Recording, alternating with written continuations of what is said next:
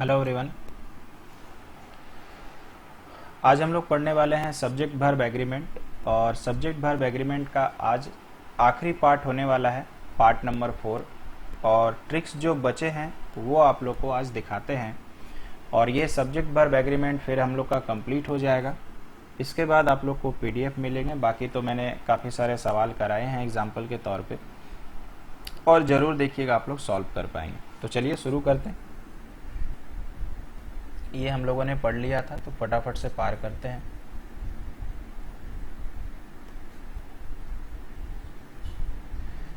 One of trick हमने कल ही पढ़ा था, और ये हमने प्रैक्टिस किया हुआ था कल। इसके बाद हम लोग आ जाते हैं टाइप नंबर 8 पे। ठीक है, टाइप नंबर 8। टाइप नंबर 8 में सबसे पहले आपको देखना ये दो क्या है बताते हैं। मैनी के बाद आपने लिखा है प्लस और 2। मैनी के बाद ए और प्लस 1। प्लस मतलब सोचिए, यहाँ प्लस मतलब वो मैथमेटिक्स वाला प्लस नहीं है। प्लस मतलब सोचिए मैनी के बाद आपका 2, मैनी ए के बाद ए। एक एग्जाम्पल के थ्रू से बताते हैं।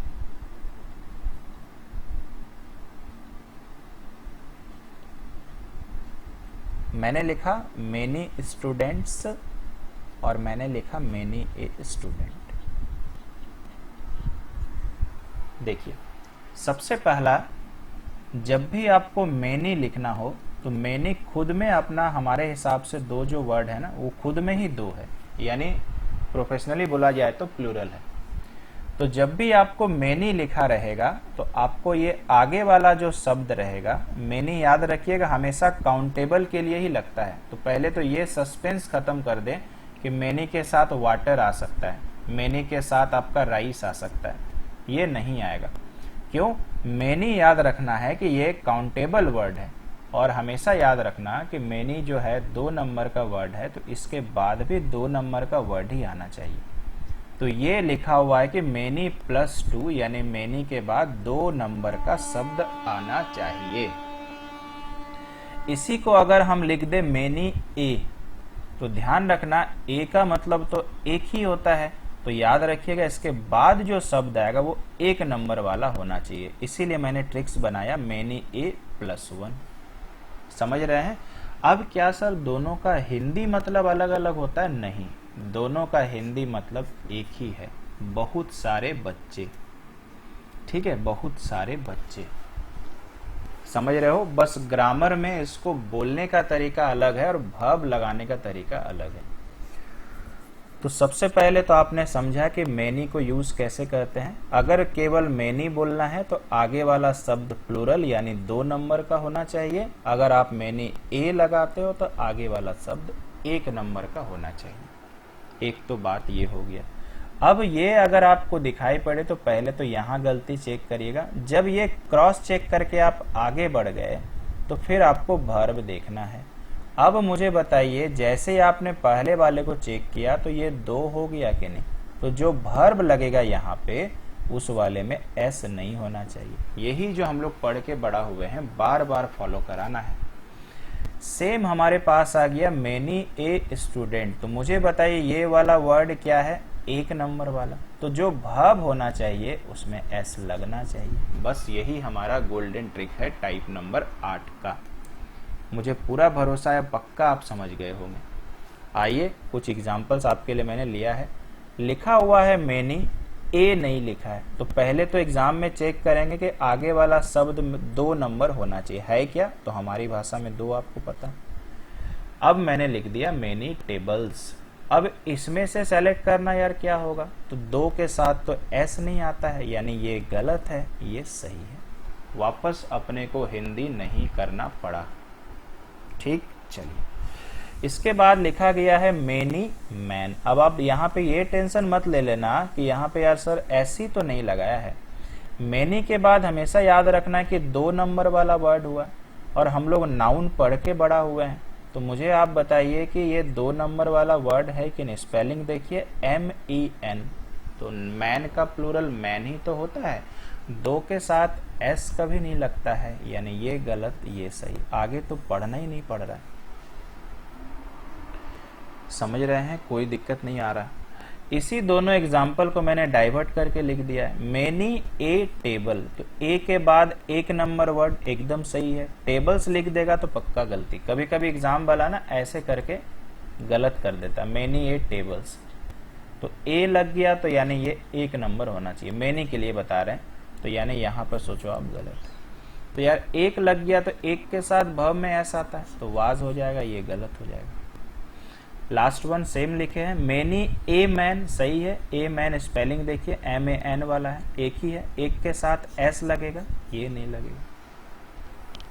तो मुझे पूरा भरोसा है कि आप समझ चुके होंगे कि मेनी का इस्तेमाल कैसे करते हैं।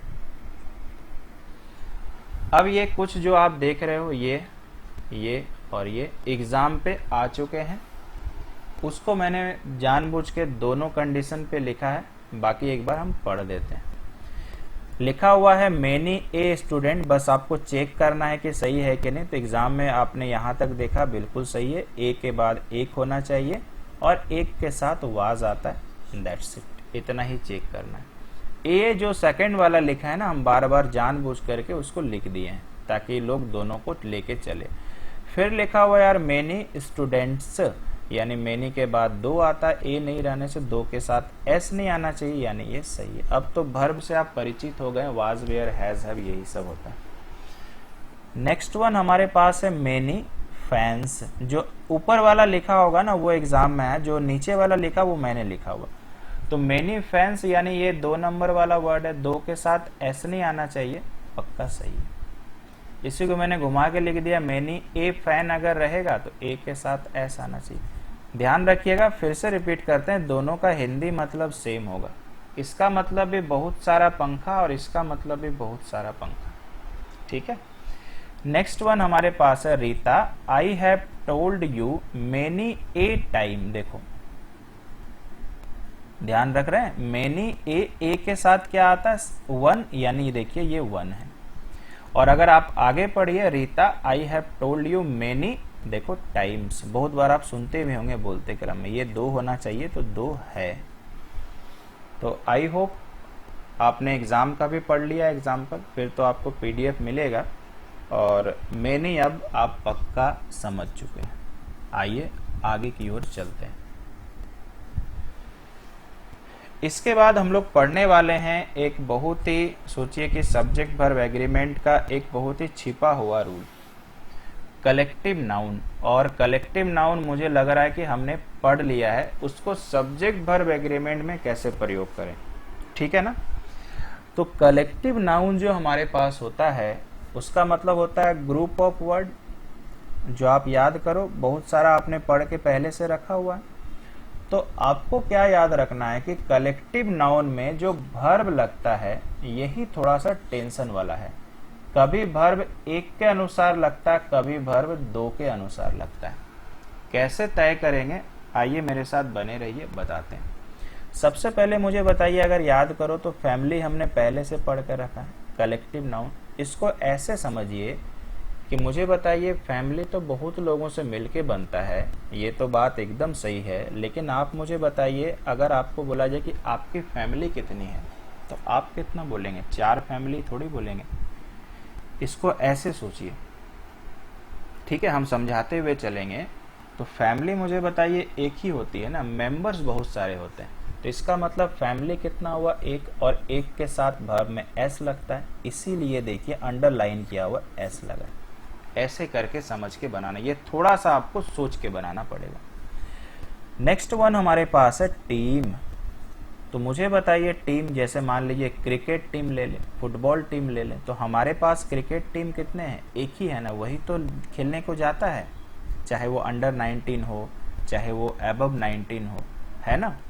तो आप मुझे बताइए टीम में मेंबर्स भले 11 हो सकते हैं लेकिन टीम तो एक ही है ना, और अगर ये एक है तो वर्ब में एस लगेगा। ये देखो अंडरलाइन वाले में एस लास्ट में लगा, आसान है, बस थोड़ा सा बुद्धि लगाना है। अगले में जाइएगा तो कलेक्टिव नाउन को और डीपली पढ़ने वाले हैं। देखिए अब यहां पर जो देख रहे हैं ये थोड़ा सा समझना है, कैसे हम बताते हैं। यहां देखो हैज लगा है, यहां देखो आर लगा है, यानी एक जगह हम लोग पढ़ रहे हैं भर में एस लग रहा है और एक जगह हम लोग पढ़ रहे हैं भर में एस नहीं लग रहा है। ये देखना, आपको चिंता नहीं करना एग्जाम पे कि हैज लग रहा है कि आर लग रहा है कि वाज लग रहा है। आपको इतना ही सोचना है कि भर में एस लगेगा कि नहीं लगेगा। अब हम लोग देखते हैं, jury has given its verdict, और नेक्स्ट में लिखा है the jury are divided over the issues. दो उपाय बताते हैं, पहले हिंदी समझ के कैसे बनेगा, दूसरा जिनको हिंदी नहीं आता है वो कैसे करेंगे। पहले हिंदी समझ के देखिए, jury has given its verdict, यानी ज्यूरी आपको पता है ना किसको बोलते हैं, जो जज होता है वो एक होता है, एक से ज्यादा अगर जज है तो उसको ज्यूरी बोलते हैं। आजकल के इंग्लिश में जजेस भी चलता है।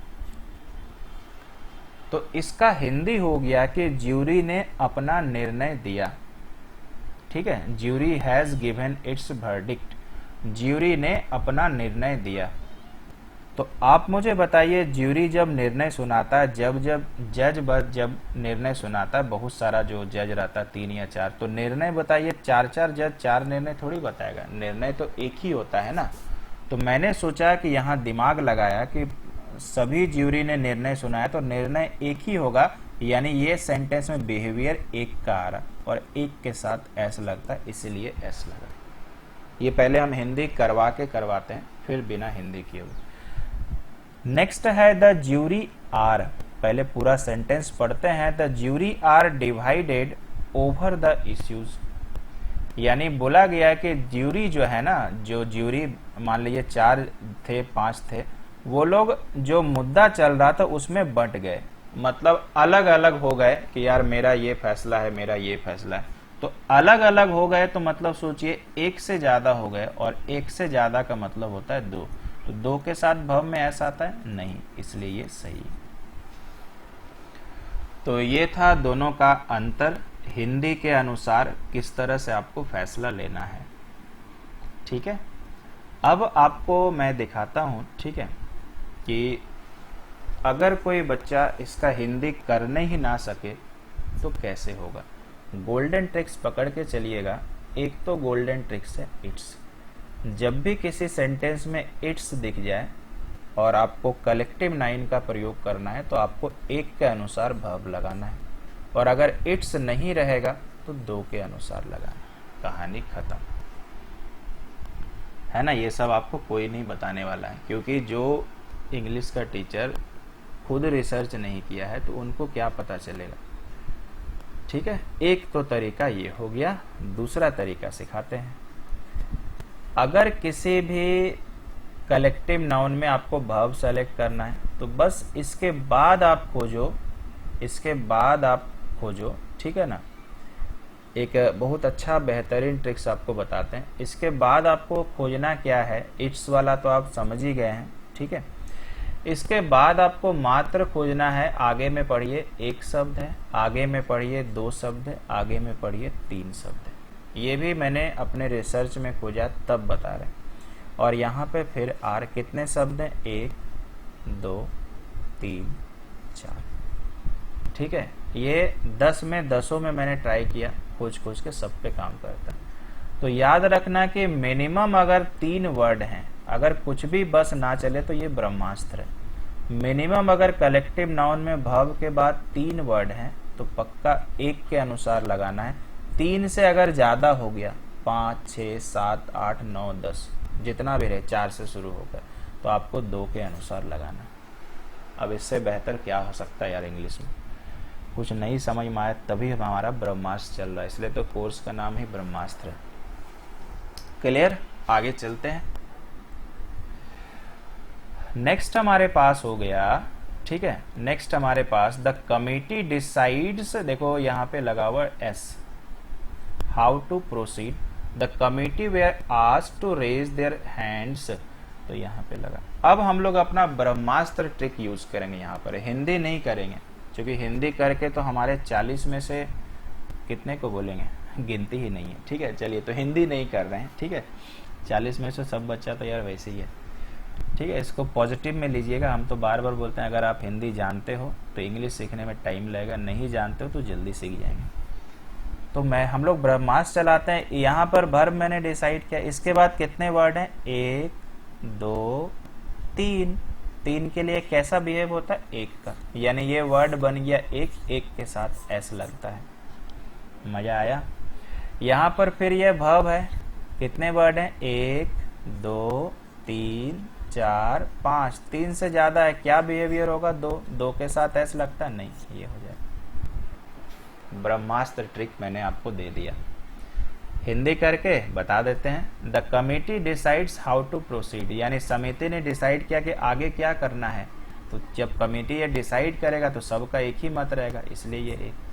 The committee were asked to raise their hands, यानी पब्लिक आप आगे खड़ी है तो कमिटी क्या बोलता है, अपने अपने हाथ खड़ा करो। तो मुझे आप बताइए, सब अपना अलग अलग हाथ खड़ा करेगा, तो मुझे बताइए सब अलग अलग कर रहा, तो हमारी भाषा में 2 ही हुआ ना। अब मुझे पूरा भरोसा है आप समझ गए होंगे।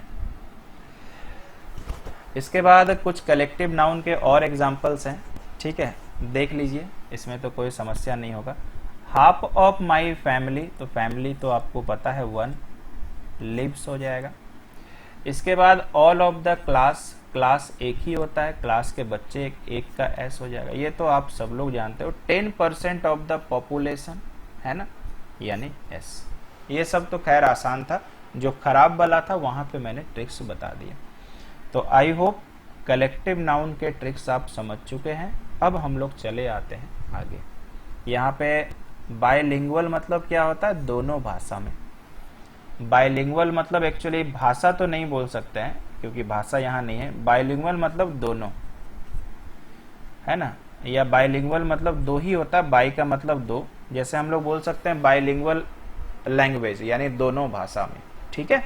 आगे चलें। इसके बाद हम लोग आ जाते हैं टाइप नंबर 10।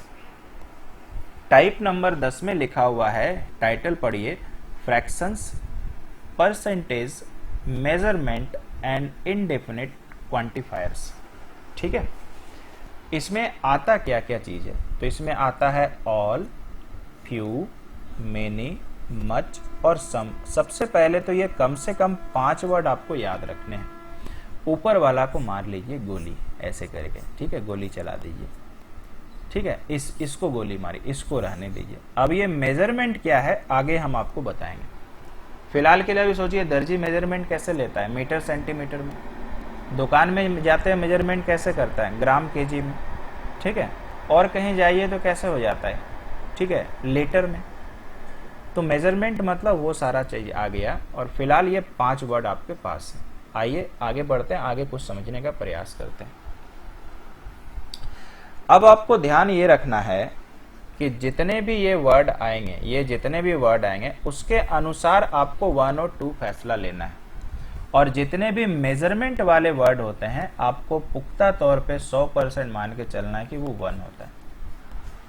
जितने भी मेजरमेंट वाले वर्ड हैं सबके सब 1 पे ट्रीट होते हैं। और मेजरमेंट का पहले आप एग्जांपल देखो, 1/3 ऑफ दिस आर्टिकल, तो मुझे बताइए 1/3 तो आप मेजरमेंट ही कर रहे हो ना, तो 1/3 ऑफ द आर्टिकल, और भर में चूंकि 1 हो रहा है तो एस लगेगा, यानी इज हो गया। ऐसे अगर थोड़ा कॉमन सेंस लगाइए, 1/3 तो एक ही हो सकता है ना। मुझे बताइए मैथमेटिक्स में 1/3 एक ही है ना नंबर, तो 1 है तो एस लगा। इसके बाद देखो मच था, मच से एक एग्जांपल है, मच ऑफ द बुक। उसके बाद मुझे बताइए कैसे ट्रिक करेगा ये, मच 1 के आधार पे ट्रिक करेगा, यही हमने पढ़ा पीछे। तो यानी ये 1 हो गया और 1 के साथ एस आता है। Half of what he rights, ठीक है, यहां पर बच्चा फिर गड़बड़ी कर देगा, आर लगा देगा। लेकिन मुझे आप बताइए हाफ एक मेजरमेंट है कि नहीं, मुझे हाफ केजी दे दीजिए, या मुझे मेरा पैंट हाफ सिल दो, तो मेजरमेंट आ गया तो हमारा 1 हो गया, 1 के साथ ऐसा था। 50% अगेन इज मेजरमेंट, या आप ये भी बोल सकते हो ये परसेंटेज है ना। सबको मेजरमेंट ट्रीट कर दीजिए, मेजरमेंट है तो 1 आएगा, 1 के साथ एस लगा। ऑल द इंफॉर्मेशन, यानी हमारे पास ऑल एक मेजरमेंट हो गया, माफ कीजिए, यहाँ इंफॉर्मेशन जो हो गया यहाँ पर एज ए आपका, यहाँ पे देखिए एक वर्ड है दिखाते हैं, ये इनडेफिनिट क्वांटिटीज हो गया, जिसके बारे में एक्चुअली पता नहीं है कि कितना इंफॉर्मेशन है, यानी ये हुआ। ऐसे भी आपने पढ़ा होगा कि इंफॉर्मेशन जो है ना, उसमें इंफॉर्मेशंस कभी नहीं भूल सकते हैं। दिखता वो जो है ना, इंफॉर्मेशन जो होता है वो, उसको एस नहीं लगाया जा सकता है, नाउन में पढ़ाया गया इसलिए ये 1 हो गया। इसके बाद वापस से आ जाते हैं, ये जितना है ना, ये सब के सब एग्जाम वाले हैं। 1/3, अब आप समझ गए, फटाफट से यूज करें। 1/3 ऑफ द स्टूडेंट्स, अब यहां पर देखो लगा हुआ है। अब अपने को समझना है कि सर ऐसा क्यों हुआ, यहाँ तो 1/3 मतलब 1 होता, 1 के साथ तो एस आना चाहिए। तो देखिए है ना इधर 1/3 ऑफ दिस आर्टिकल। तो अब आपको बताते हैं गोल्डन ट्रिक। जब आपका मेजरमेंट हो प्लस, है ना, प्लस, जब आपका मेजरमेंट हो, थोड़ा पीछे आइएगा, जब आपका मेजरमेंट हो, मेजरमेंट तो आप समझ गए, प्लस ये सारे वर्ड हो, मेजरमेंट प्लस ये सारे वर्ड हो, तो जो वर्ब का फैसला होता है इनके बाद आने वाले शब्दों को देखकर लिया जाता है। इसके आधार पे ये तय होगा। ये अब जाकर के आपने ब्रह्मास्त्र ट्रिक पढ़ा। अब आप पहले इस स्लाइड को दोबारा से देखिए। 1/3 था मेजरमेंट, पहले तो हम आपको बोल रहे थे इसको देख के लगाओ। अब देखिए आगे पढ़िए तो आर्टिकल लिखा हुआ है, यानी ये 1 है, इसीलिए एस लगा। मच है ना, उसके साथ आगे पढ़िए 1 है, एस लगा। उसके बाद ही है ना, आगे पढ़िए इज लगा। अब मुझे लगता है कि आपको पक्का समझ में आ गया होगा। अब आप इस स्लाइड को खुद ही सॉल्व कर लेंगे। 1/3 अपने को पता, अब इसको नहीं देखना, आगे वाले शब्द को। तो ऑफ से मतलब नहीं है, द से मतलब नहीं, इससे मतलब है। मुझे बताइए ये 1 है कि 2 है? 2 है। 2 के साथ ऐसा आता है? नहीं, सही है। इसके बाद देखिए मेनी रिसर्चर्स, खैर ये तो मेनी मैंने दिया है, आप तो मेनी को पहले ही पढ़े, मेनी के बाद 2 आना चाहिए तो एस लगा है, इसी को देखना है। तो ये 2 हो गया, 2 के साथ एस आता है क्या? नहीं, सही है। क्लियर? हाफ अपने को पता है मेजरमेंट है, लेकिन इसको देख के नहीं लगाना, आगे पढ़िए आर्टिकल्स, यानी एस लगा, यानी 2 है, 2 के साथ एस नहीं आएगा। 50% फिर से मेजरमेंट आया, आगे पढ़ना है कंप्यूटर्स, यानी एस लगा, यानी ये 2 है, 2 के साथ एस नहीं आएगा। क्लियर है? कोई दिक्कत नहीं है, ठीक है, 2 के साथ एस नहीं आ रहा। उसके बाद हमारे को आगे बढ़ना है थोड़ा सा और आगे। ऑल द स्टडीज, ऑल आया है, आगे वाला पढ़ो, 2 है, 2 के साथ एस नहीं आया। आई होप अब आपके लिए बहुत आसान होगी। यानी जब भी लिखा रहे किलोमीटर, मीटर, दर्जन, यानी जिसको डजन बोलते हैं, ठीक है, केजी, ग्राम, सेंटीमीटर, इंच, गज, फुट, आपको उसके बाद वाले शब्द को देखना है और उसके अनुसार आपको is, am, are, was, were सबको यूज करना। और बाकी थोड़ा सा याद कर लीजिएगा, मच, मेनी, जो लिस्ट आपको मैंने दिया है। ठीक, आगे चलते हैं। ये भी एग्जाम वाले क्वेश्चन है, देख लीजिए। $10, ध्यान रखना, $10, 10 किलोमीटर, 6 वीक्स। अब यहां पर आप सोच रहे हैं सर यहाँ पे यार इज क्यों लगा? तो जब हमारा मेजरमेंट होता है और उसके बाद कोई एक्स्ट्रा वर्ड नहीं आ रहा, डायरेक्ट वर्ब आ जा रहा, दोनों में अंतर है। यहां देखो मेजरमेंट आ रहा था और फिर एक्स्ट्रा वर्ड आ रहा था, तब वर्ब आ रहा था।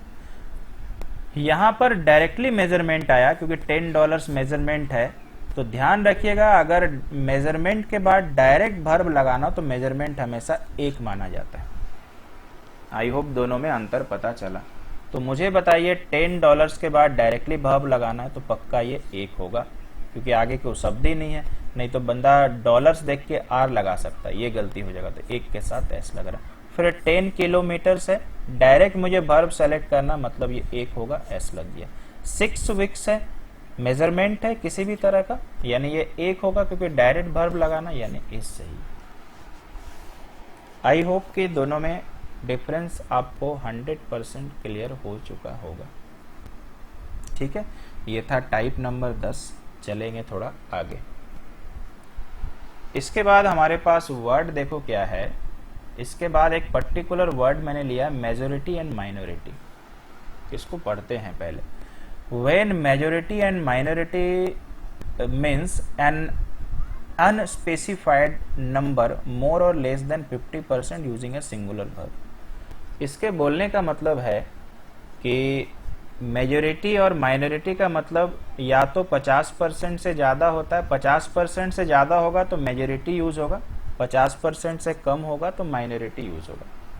खैर इसको हटाइए, इसको टेंशन, अब मेरे अनुसार पढ़िए। यहाँ पे मेजोरिटी लिखा हुआ, अगर माइनॉरिटी, आपको याद रखना है कि मेजोरिटी और माइनॉरिटी के बाद कोई एक्स्ट्रा वर्ड अगर नहीं हो, बहुत अच्छा ट्रिक है, मेजोरिटी के बाद और माइनॉरिटी के बाद अगर कोई भी एक्स्ट्रा वर्ड नहीं है और डायरेक्टली वर्ब आ गया तो ये हमेशा वन ट्रीट होता है। और वन के साथ तो आप इतने दिनों से पढ़ रहे हैं, याद ही हो गया होगा, एस लगा, एस लगा। आप इसको हटाइए, ये सब तो किताबी बातें हैं, समझ में नहीं आने वाली। फिर से रिपीट करते हैं, अगर आपके पास वर्ड आया मेजोरिटी, अगर आपके पास वर्ड आया माइनॉरिटी और आगे में डायरेक्ट वर्ब लगाना है, चाहे वो इज एम आर वाला हो, चाहे वो मेन वर्ब हो, तो आपको हमेशा उसे वन मान के लगा देना है और वन मान के आपको पता है क्या लगेगा। ठीक, ये हो गया मेजोरिटी एंड माइनॉरिटी का पहला रूल। इसके बाद second, when majority and minority means a specific percentage you may use either a singular or a plural। ये लोग बोलता ये है कि अगर मेजोरिटी और माइनॉरिटी में परसेंटेज लगा देगा, है ना, तो आपको बोलता है कि या तो आप सिंगुलर यूज करो या तो प्लूरल यूज करो। तो यार तय कैसे करेंगे? लिखा हुआ है आप 75% मेजोरिटी, ठीक है, have oblique has voted against the major, और यहाँ पे लिखा हुआ 10% minority are oblique is opposed to major. अब हम लोग तो फंस गए भाई, यहाँ पे क्या लगाना पड़ेगा? ये लोग तो मेरे को बताया भी नहीं और दुविधा में डाल के छोड़ दिया, बोलता सिंगुलर भी लगा सकते हैं, प्लूरल भी लगा सकते हैं। तो आप मेरा गोल्डन ट्रिक्स पढ़िए, मेजोरिटी और माइनॉरिटी में अगर कभी भी नंबर आ गया और नंबर परसेंट में ही होता है तो हमेशा इसको 2 मान लेना। दोनों में अंतर समझे? उसमें कुछ नहीं था तो एक, इसमें अगर परसेंट आ गया 2, 2 के साथ एस नहीं आता है, ये एस नहीं आता है, ये कहानी खत्म। आसान था। अब आते हैं मेजोरिटी और माइनॉरिटी का थर्ड सिम्टम, लक्षण। ठीक है, बुखार के लक्षण होते हैं ना वैसे। When majority or minority refers to a specified set of person, use a plural verb। इसको आप ऐसे समझिए, जब मेजोरिटी और माइनॉरिटी में, इसको मारिए गोली, ऐसे करके गोली मार दीजिए, ठीक है। जब मेजोरिटी और माइनॉरिटी, एक बार रिवीजन करते हैं, जब मेजोरिटी और माइनॉरिटी डायरेक्ट हो और उसके बाद वर्ब कर बोलना हो तो ये क्या बन जाता? एक, ये पहले हमने पढ़ा। जब मेजोरिटी और माइनॉरिटी में परसेंट लगा हो तो क्या बन जाता है? 2। जब मेजोरिटी और माइनॉरिटी में परसेंटेज नहीं हो और वो डायरेक्ट भी नहीं हो तो आपको याद रखना ये 2 बन जाता है। जैसे यहाँ मेजोरिटी ऑफ ये लिखा हुआ तो 2 के साथ ये, फिर मेजोरिटी ऑफ ये लिखा 2 के साथ ये। और बच्चा और ज्यादा यहाँ नीचे जमीन में सटा हुआ इंग्लिश में, तो कैसे उसको ऊपर उठाएंगे? उसको याद रख लेना है कि अगर केवल मेजोरिटी और माइनॉरिटी के बाद डायरेक्ट वर्ब देखना है तो क्या लगा देना? 1 के अनुसार, और इसके बाद कुछ भी रहे तो 2 मान लो, तब भी ये ट्रिक्स काम करेगा। ठीक है, समझ गए होंगे मेजोरिटी एंड माइनॉरिटी का यूजेस। आगे चलते हैं। सबसे खास बात है कि हम लोग सेंटेंस पूरा तक नहीं पढ़ रहे हैं। सबसे खास बात कि हम लोग हिंदी तक नहीं निकाल रहे हैं।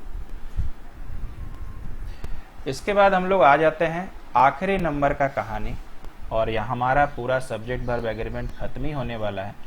टाइटल देखिए, a number of and the number of. याद रखिएगा, जब भी हम लोग ए नंबर बोलते हैं तो आपको याद रखना है ये 1 ट्रीट होता है, और अगर हम लोग द नंबर बोलते हैं तो ये 2 ट्रीट होता है। यही गोल्डन रूल है।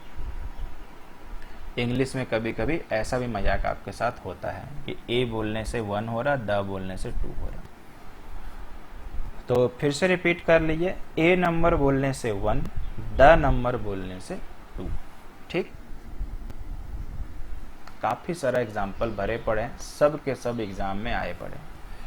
लिखा हुआ है ए नंबर ऑफ पीपल, उसके बाद लिखा हुआ have written in about this expect. ठीक है, कोई दिक्कत नहीं है। तो यहां पर आपको मैंने जैसा कि बताया, ठीक है, यहाँ पे मैंने थोड़ा सा सही बोला कि नहीं, मेरे को ध्यान नहीं। ए नंबर ऑफ जो हमारे पास हो गया वो हमेशा 2 ट्रीट होता है और द नंबर हमेशा 1। शायद मैंने उल्टा बोल दिया था ना, ठीक है। ए नंबर जो होता है वो हमेशा याद रखना 2, ठीक है। होना तो चाहिए था ए मतलब 1, लेकिन ये 2 होता है, इंग्लिश में ऐसा भी चलता है। और द नंबर जो होता है 1। अब आप लगाइए क्या लिखा हुआ है, ए नंबर, यानी ए नंबर मतलब 1। आगे कुछ नहीं पढ़ना है, 1 के साथ वर्ब में एस नहीं आना चाहिए, बिल्कुल सही। आगे तो पढ़ना तक नहीं है। द नंबर आ गया, आगे आपको बिल्कुल कुछ नहीं देखना है। ये बन गया 2, 2 के साथ माफ कीजिएगा, ये 2 बन गया ना, ये बार बार हम गलती बोल दे रहे हैं, ठीक है।